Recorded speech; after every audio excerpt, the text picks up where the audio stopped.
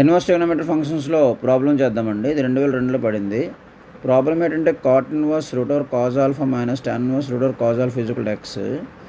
Cot inverse root over cos ఆల్ఫాని ఏమని రాస్తానంటే నేను టాన్ ఇన్వర్స్ 1/రూట్ ఓవర్ కాజ్ ఆల్ఫా అని రాస్తాను. సో ఇప్పుడు ఏంటి రాస్తున్నానంటే tan inverse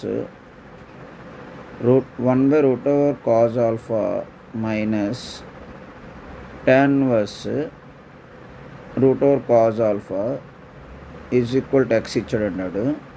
tan inverse x minus tan inverse formula తెలుసు.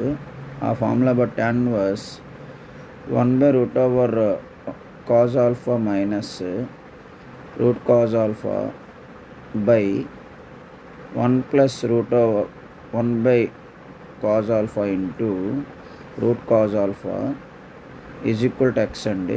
రూట్ కాజ్ ఆల్ఫా క్యాన్సిల్ అయిపోయింది.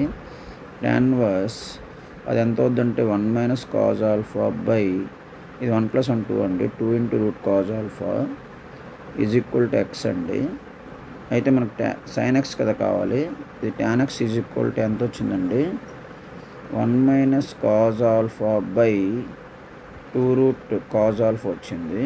మనకు సైన్ ఎక్స్ కావాలంటే నేను ట్రయాంగిల్ గీసుకుంటున్నానండి. ట్రయాంగిల్ ఇది 1 - కాజ్ ఆల్ఫా, ఇది 2 × cos alpha route cos alpha, ఇది ఎంత వస్తుంది 1 + కాజ్ ఆల్ఫా వస్తుంది.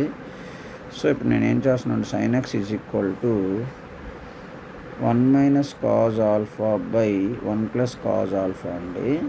So sine x is equal to 1 - cos alpha అంటే nothing but 2 sin square alpha by 2 అండి by 2 cos square alpha by 2, 2 cancel అండి. Sine x is equal to tan square alpha by 2 అండి. ఇదండి video.